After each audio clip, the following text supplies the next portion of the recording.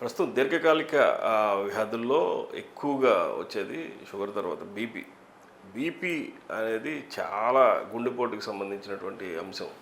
చాలామందికి ఇటీవల after Covid అంటే కోవిడ్ వ్యాక్సిన్ అని కొంతమంది అంటున్నారు. అదేమో శాస్త్రీయంగా తెలియలేదు కానీ పూర్తిగా చూసుకుంటే చాలామందికి వయసుతో సంబంధం లేకుండా హార్ట్ అటాక్స్ ఎక్కువ వస్తున్నాయి. చిన్నపిల్లల నుంచి చిన్నపిల్లలు 10-15 పిల్లల వయసు పిల్లలు కూడా హార్ట్ అటాక్లు వస్తున్నాయి. జిమ్ ట్రైనర్స్కి వస్తున్నాయి. ఫుల్ ఫిట్గా ఉన్నటువంటి యంగ్స్టర్స్కి వస్తున్నాయి. ఇటువంటి సంబంధించినటువంటి గుండెకి సంబంధించిన వ్యాధిలో పూర్తిగా వచ్చేది బీపీ. బ్లడ్ ప్రెషర్ని కంట్రోల్ చేసుకుంటే గుండెకి ఏ రకమైన జబ్బు లేదు అని చెప్పేసి డాక్టర్స్ చెప్తారు. ఈ విషయాన్ని ఆయుర్వేదిక్లో ఎటువంటి ట్రీట్మెంట్ చేస్తున్నారు, అలాగే జమాల్ ఖాన్ గారు ఆయుర్వేదిక్ ట్రీట్మెంట్ ఎంతవరకు చేస్తారు, ఎట్లా చేస్తారు, ఏ మందులు వాడతారు, ఏ వనమూలికలు వాడతారు కనుక్కుందాం. నమస్కారం సార్. నమస్తే సార్. చెప్పండి సార్, ఏంటి బీపీకి? ఎందుకంటే బీపీ అనేది హార్ట్ అటాక్కి సంబంధించినటువంటి ప్రధానమైన ద్వారం. ఆ బీపీ హెచ్చు తగ్గులు వస్తూ ఉంటాయి, టెన్షన్స్ కానీ వీటిని కానీ. వీటిని మీరు ఎట్లాగా ఏ వనమూలికలతో మీరు మందులు తయారు చేస్తారు, ఎలా తగ్గిస్తారు? సార్, ఇవాళ మనము మార్కెట్లో దొరికే ఫుడ్ తీసుకోవటం వల్ల అన్నిటికన్నా ముందు గ్యాస్ ఫామ్ అవుతుంది. గ్యాస్ ఫామ్ అవటం వల్ల అరుగుదల లేకపోవటం వల్ల కొన్ని రకాల కొవ్వు పదార్థాలు, ఇప్పుడు మనం వాడే ఆయిల్స్ మొత్తం కూడా కొవ్వు. ఈ కొవ్వు పదార్థం వల్ల మనకి బాడీలో కానీ అలాగే హార్ట్లో కానీ కొలెస్ట్రాల్ లెవెల్స్ పెరగటం, బ్లడ్ చిక్కబడిపోవటం, ఈ అనేక రకాల కంప్లైంట్స్, కిడ్నీ మీద కూడా లోడ్ పడటం ఇవి జరుగుతున్నాయి. మరి ఇలా బీపీ వచ్చిందంటే ఆలోపతికిలో లైఫ్ లాంగ్ మందులు వాడాలా. కానీ ఎప్పటి నుంచో పూర్వం నుంచే ఆయుర్వేదిక్ వనమూలికలు వాడిన ప్రజలకి ఎవరికి బీపీ తెలియదు. ఓకే. ఎందుకంటే వీళ్ళు ఎప్పుడు అడవులు, వాగులు, వంకలు, ఈ చెట్లెంబట తిరిగి మొక్కలు, వేర్లు, ఆకులు తింటూ అడవుల్లో తిరిగేవాళ్ళు. కాబట్టి వీళ్ళకి ఆ రోజు షుగర్ తెలియదు, బీపీ తెలియదు. ఇవాళ బీపీ ప్రతి ఒక్కడు అంటాడు, సార్ నాకు బీపీ వచ్చేసింది, హార్ట్ బీటింగ్ ఎక్కువైపోయింది, లేకపోతే పల్స్ తగ్గిపోయింది, ఏ కంప్లైంట్లు. ఎందుకంటే ఇప్పుడు మనకి ముందు నుంచి అర్జున అంటే తెల్లమద్ది ఎవరైతే వాడుతాడో ఆడికి అందులో కాల్షియం కార్బోనేట్ 34 ఉంది. ఎముకలు ఒకవేళ ఇరిగిపోయినా అతికిపోతాయి, అది వాడటం వల్ల, కట్టడం వల్ల. మరి అది పౌడర్ పాలల్లో తీసుకోవటం వల్ల కూడా బీపీ కంట్రోల్ అయిపోతుంది. కానీ గ్యాస్ని కంట్రోల్ చేసుకోవాలా. మరి సర్పగంధ, ఇవాళ సర్పగంధ వరల్డ్ ఫేమస్ మొక్క. సర్పగంధ మొక్క వేరు పైన బెరడుతోని మాత్రలు, అది చాలా కాస్ట్లీ పడుద్ది మనం తయారు చేయాలంటే. ఎందుకంటే కేజీ ఇప్పుడు 1800, 2000 సర్పగంధ వేరు. మనం 1800, 2000లో ఒరిజినల్ కొంటున్నాం. దాంట్లో కూడా 2 రకాలు ఉంటాయి. ఒక రకం 500-600 ఉంటుంది, 1000 రూపాయలు, అది పనిచేయదు. ఏదైతే కాస్ట్లీ ఉందో అదే పనిచేస్తుంది. మనకి బీపీ గురించి మనం వాడే మందులలో ఎక్కువగా 2-3 నెలల్లోనే బీపీ కంట్రోల్ అయిపోతుంది. ఎందుకంటే ఇలా చాలామంది బీపీ పేషెంట్లు హార్ట్ స్ట్రోక్ దగ్గర వచ్చిన వాళ్ళు వీళ్ళు యాంజియోగ్రామ్ చేసుకొని, మరి సార్ ఈ పరిస్థితి మాది, వాల్స్ బ్లాకేజ్ ఉన్నాయి, పంపింగ్ కరెక్ట్ అవ్వటం లేదు, 40%, 60% ఈ బ్లాకేజ్ ఉన్నాయి అని అంటున్నారు. కానీ అర్జున పౌడర్ ఏం చేస్తుంది, బ్లాకేజ్ని ఇప్పేస్తుంది. సర్పగంధ హై బీపీని కంట్రోల్ చేస్తుంది. లో బీపీ ఉంటే మరి లో బీపీ గురించి చాలా ఐటమ్స్ ఉన్నాయి.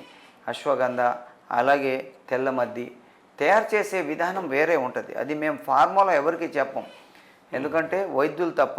ప్రతి ఒక్కడు చేస్తాడు, ఎక్కువ తక్కువ అయిపోతే మరి అతనికి ఏదైనా వేరే సైడ్ ఎఫెక్ట్ వస్తే అది ఎరుగుడు ఉండకపోతే మళ్ళీ ఇబ్బంది పడిపోతాడు. అందు గురించి బీపీకి సర్పగంధ నెంబర్ 1.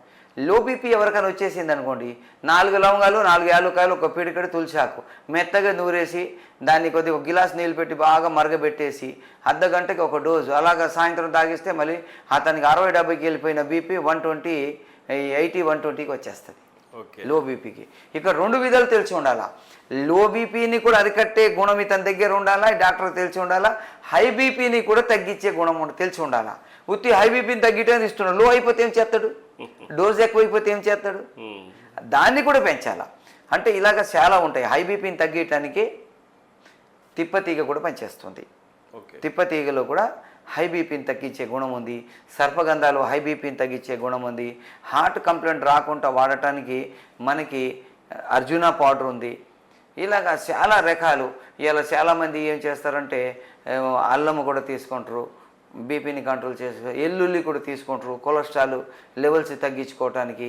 తమలపాకు రసం తీసుకుంటారు, తేనె తీసుకుంటారు. ఇవన్నీ కూడా ఇవాళ ఎలాంటి జబ్బులు రాకుండా ఉండాలంటే పొద్దున ఒక తమలపాకు, ఒక ఎల్లిపాయ, ఒక పాయ, ఇంత అల్లం ముక్క మెత్తగా రాయిలో నూరేసి తేనె దాంట్లో కలుపుకొని రోజు నాకుతే తనకు అసలు హై బీపీ అవ్వదు, లో బీపీ అవ్వదు, హార్ట్ కంప్లైంటే రాదు. ఇంట్లోనే చేసుకోవాలా. లేదా ఇవ్వాల. ఎందుకంటే ఈ రావటానికి కారణము కడుపుతో వస్తుంది. వాతము, పితము, కఫము కడుపు ద్వారా వస్తుంది. అది కడుపులో ఎలాంటి సమస్యలు రాకుండా ఉండాలంటే 100 గ్రాము శొంఠి, 100 గ్రాము జీలకర్ర, 100 గ్రాము వాము, 100 గ్రాము నల్ల జీలకర్ర, ఒక 10 గ్రాములు నల్లుప్పు వేయించేసి పౌడర్ చేసుకొని పొద్దున టిఫిన్ తర్వాత ఒక స్పూను, మధ్యాహ్నం భోజనం తర్వాత ఒక స్పూను, రాత్రి ఒక స్పూన్. అసలు ఇతనికి పితము, వాతము, కఫం అన్నదే ఉండదు. భోజనం చేసిన తర్వాత తాటి బెల్లం ఉంటే కొద్దిగా భోజనం తర్వాత కొద్దిగా ముక్క తీసుకోవాలి. అసలు ఈ జబ్బులే రావు. ఆ ప్రక్రియని తయారు చేసుకొని ఒకసారి వచ్చితే మేము కూడా చెప్పేస్తాం ఎలాగ చేయాలా, తిని చూసి నేర్పుతాం. ఆ ప్రక్రియని కనుక తయారు చేసుకోగలిగితే అసలు వీడికి జబ్బులే రావు, ఏ జబ్బు రాదు. ఎందుకంటే ఇలా మనం వాడేది ప్రతి ఒక్కటి యాపిల్ నుంచి పట్టుకొని మీరు ఏ ఫ్రూట్స్ వాడినా మందు లేనిది లేదు. కోత కటింగ్ చేసేటప్పుడు కూడా మందు కొట్టిస్తాడు. యాపిల్ కూడా మైనం పూసిస్తాడు. అందు గురించి ఇవాళ ఈ బీపీ అన్నది ప్రతి ఒక్కడికి వచ్చేస్తుంది. వీళ్ళకి ఇమ్యూనిటీ పవర్ ప్రతి ఒక్కటి దాంట్లో కావాలా. మేము బీపీకి తయారు చేసే సర్పగంధ మాత్రలో కూడా కుంకుమ పువ్వు కలుపుతాం కంపల్సరీ. కుంకుమ పువ్వు లేనిది మాత్రల ఐటెంలో ప్రతి దాంట్లో కుంకుమ పువ్వు ఉంటుంది. కుంకుమ పువ్వు రేటు కంపల్సరీ తీసుకోవాల్సి వస్తుంది. కుంకుమ పువ్వు లేకపోతే ఇమ్యూనిటీ పవర్ లేదు, ఇమ్యూనిటీ పవర్ లేకపోతే జబ్బులు తగ్గవు. కాకపోతే వీళ్ళు ఏంటి నిద్ర ఏంటంటే సాయంత్రం 6, 7, 8 నిద్రపోవాలి. మరి పొద్దున టైం టు టైం టిఫిన్ చేయాలి. భోజనం కూడా ఒక్కసారి బేవంతులు వచ్చేంత తినాలా, ఎక్కువ తినకూడదు, అయితే జీర్ణమైద్ది. సాయంత్రం కూడా 6 నుంచి 7 లోపల రాత్రి భోంచేసేయాలి. చేసేస్తే 8 పండుకుంటాడు. రాత్రి మళ్ళీ 3:30, 4 లేచి మళ్ళీ ఎక్సర్సైజ్లని, యోగాలని, నమాజులని, ప్రార్థనలు చేసుకుంటాడు. ఆరోగ్యం బాగుంటుంది. ఇవాళ ప్రపంచంలో పడిపోయి హావ్ హావ్ హావ్ హావ్ అనుకుంటూ ప్రతి సంపాదిద్దామే ఆరోగ్యాన్ని చూసుకోలేక ఇవాళ సంపాదించింది మొత్తం మందులకు పెడుతుంది. ఆయుర్వేదాన్ని నమ్ముకుంటే ఆరోగ్యం ఉంటుంది. కొన్ని చిట్కాలు ఇళ్లలోనే చేసుకుంటారు. ఆ చిట్కాల వల్ల వీళ్ళకి ఎలాంటి పెద్ద సమస్యలు రావు సార్. ఓకే. అంటే బీపీ ఇప్పుడు హార్ట్ అటాక్ కూడా కంట్రోల్ అయిపోద్ది మీరు చెప్తున్నట్టు, వాల్స్ క్లియర్ అయిపోతుంది. కొలెస్ట్రాల్ కూడా మీరు ఏమైనా సపరేట్గా దాంట్లోనే SPHD అని ఒక పవర్ఫుల్ ఐటమ్ చేసాము. ఇప్పుడు ఏదైతే చెప్పామో ఏది అల్లము, దాని తర్వాత మన తమలపాకు రసము, మరి ఎల్లుల్లి రసము, మరి ఆర్గానిక్ హల్దీ పసుపు, వీటితోనే తయారు చేసాం SPHD అని. అది ఒకటి వేస్ట్ కొలెస్ట్రాల్ని తగ్గిస్తుంది, హార్ట్ బ్లాకేజ్ని తగ్గిస్తుంది, అన్ని విధాలుగా ఇచ్చేస్తుంది. ఒకసారి ఫ్రీనెస్ ఇస్తుంది. ఇంకా గుండెలో నొప్పి కానీ, గ్యాస్ కానీ ఇవన్నీ రావు. కాకపోతే మెడిసిన్స్తోని ఇవన్నీ యాడ్ చేసి పెట్టవలసి వస్తుంది. సింగిల్ మెడిసిన్ ఏ జబ్బుకు ఉండదు. బీపీకి మాత్రం సింగిల్ PG అన్న ఒక మాత్ర వాడినా సరిపోతుంది. ఓన్లీ బీపీ తగ్గిపోతుంది. అది హై బీపీ అయినా లో బీపీ అయినా లేదు, హై బీపీనే తగ్గిస్తుంది. లో ఉన్నోడు వెళ్తే కోమాకి వెళ్ళిపోతాడు హై బీపీకి.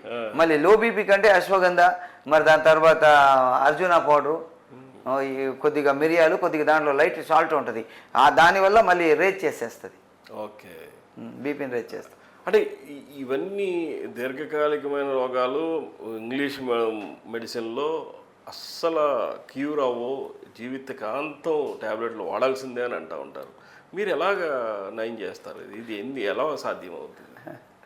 అంటే దీనికి కారణం ఒకటే. ఎందుకంటే సర్వసృష్టికర్త ముందు జబ్బుల్ని పెట్టాడు, దాని తర్వాత మందుల్ని పెట్టాడు, దాని తర్వాత మనని భూమి మీద పంపించాడు. ఎందుకంటే ఒక ఇంద్రపు చుక్క తల్లి గర్భంలోకి వెళ్ళిన తర్వాత 40 రోజులలో మాంసం ముద్దగా తయారవుతుంది. మళ్ళీ 40 రోజులు అవయవాలుగా అవుతుంది. మళ్ళీ 40 రోజుల తర్వాత ఊపిరి పోయబడుతుందని గ్రంథాల్లో ఉంది. సైన్స్ కూడా నిరూపిస్తుంది. భూమి మీదకి రాగానే తల్లి దగ్గర 30 నెలలకి పాలను తయారు చేస్తుంది. మరి ఆ ఒక్కో ఇంద్రపు చుక్కలో ఈ 360 జాయింట్ ఎలాగొచ్చాయి? పళ్ళు ఎక్కడి నుంచి వచ్చినాయి? నాలుగు ఒక ల్యాబ్, ఏది పెట్టినా విషం పెడితే చెప్పేస్తుంది, మంచిది పెడితే లోపల మింగేస్తుంది. అది కూడా అన్నీ చెప్తుంది. చెవులు మంచి చెప్పినా వింటున్నాయి, చెడు చెప్పినా వింటున్నాయి. కళ్ళు అన్నీ చూసేస్తున్నాయి. ఇవన్నీ కూడా ఆ ఒక్క వీర్యు చుక్కలో మరి తయారైనవి కదా. మరి అలాంటప్పుడు మరి ఇవన్నీ కూడా భూమి మట్టి ద్వారాగా మనం సృష్టించబడ్డం. మట్టిలో ఉన్న వనరులన్నీ కూడా మన శరీరానికి అవన్నీ కూడా పార్ట్లు అయ్యి మొత్తం రిఫేర్ చేస్తాయి సార్. ఓకే. పెద్దలు చెప్పేవాళ్ళు అవి ప్రతి ఒక్కటి. మా నాన్నగారు అనేటువంటి నీ చేతిలో ఏమీ లేదురా, నువ్వు నిజాయితీగా చేసిన అన్ని రోజులు ప్రతి రోగిని నువ్వు బతికిగలుగుతావు. ప్రతి మాత్ర గొంతు దగ్గరికి వెళ్ళిన తర్వాత ఓ సర్వ సృష్టికర్త, నేను ఈ లోపలికి వెళ్ళి నేను ఆరోగ్యంగా ఉండి నీ మానవుడిని నేను నాశనం చేయాలా, లేకపోతే నేను నాశనం అయిపోయి నీ మానవుడిని ఆరోగ్యం ఊరి నా మానవుడి గురించి నిన్ను సృష్టించాను, ఆడికి ఆరోగ్యం ఇవ్వంటాడట. అది సార్. మందుకు కూడా మందు మన ఇష్టంతో తడవదు, అతని ఇష్టంతో తడుతుంది. నేను ఇప్పుడు కూర్చున్నప్పుడు నేను ముందు దువా చేసుకొని కూర్చుంటా. వల్ల ఇవాళ వచ్చిన ప్రతి ఒక్కడికి ఆరోగ్యం ఇవ్వాలి, నా పెన్ను నీ ఆదేశం మేరకు నడవాలి, మరి నేను రాసే మందులో ఫలితాలు నీవు ఇచ్చి అతనికి ఆరోగ్యం ఇవ్వాలి అని నేను దువా చేసి కూర్చుంటా. ఎందుకంటే మన ఇష్టంగా ఏదీ లేదు. ఇప్పుడు చూసారా, ఎన్నో మందులు తయారు చేశారు, మేము చేసేసామంటే కొత్త జబ్బు వచ్చి తప్పోయింది. ఇది ప్రతి మలేరియా వచ్చింది, మలేరియాకి చేసేసారు. టైఫాయిడ్ వచ్చేసింది, టైఫాయిడ్ చేసేసారు. కరోనా వచ్చేసింది, ఇంకేదో కొత్తది వస్తుంది, టైఫాయిడ్ వచ్చింది. ఇలాగా జబ్బులు వస్తుంటే కొత్త మందులు తయారు చేసి నేను చేశానని ఆడు ఎప్పుడైతే ఇచ్చేస్తాడో కొత్తది మళ్ళీ ఒకటి వచ్చేస్తాడు. అందు గురించి మనిషి దగ్గర హిందూ, ముస్లిం, సిక్, ఇసాయి కాకుండా అందరినీ కూడా ప్రేమగా మరి అందరినీ ప్రేమిస్తూ అందరు ఆరోగ్యం ఇవ్వాలని పెద్ద ఒక లక్ష్యాన్ని తీసుకొని కూర్చున్నా. అలాగే నా దగ్గర వచ్చిన 100 మందిలో 80% జనాలు నేను ఆరోగ్యం ఇస్తున్నా సార్. బీపీ ఎంత పర్సెంటేజ్ కవర్ అవుతుంది? హై బీపీ ఎంతమందికి తగ్గుతుంది? 90% పేషెంట్లకు కవర్ అయిపోతుంది. 90%. షుగర్ అయితే 50, ఇదైతే 90%. కామర్లు కూడా 90% పేషెంట్లకు తగ్గిపోతుంది. ఓకే. అదే థైరాయిడ్ లాంటి అది మనం ఇంకొక ఎపిసోడ్లోకి వెళ్దాం. థైరాయిడ్ అనేది ఇప్పుడు మీరు చూసుకుంటే ఈ బీపీ అనేది పేషెంట్లకి ఏం చెప్తారు, ఎలా ఉంటే బెటరు? ఇంటిలో రెమెడీ మీరు ఆల్రెడీ కొంత చెప్పారు. వాళ్ళు ఏ జాగ్రత్తలు తీసుకుంటే మీ మెడిసిన్ వాడుకుంటూ ఎలా? అప్పుడు దీనికి కూడా ఇంగ్లీష్ మెడిసిన్ వాడాలా? అవసరం లేదు. అంటే మీ మెడిసిన్ వాడితే సరిపోద్దా? ఇంగ్లీష్ మెడిసిన్ గ్యాస్ ఫామ్ అవ్వకుండా చూసుకోవాలా.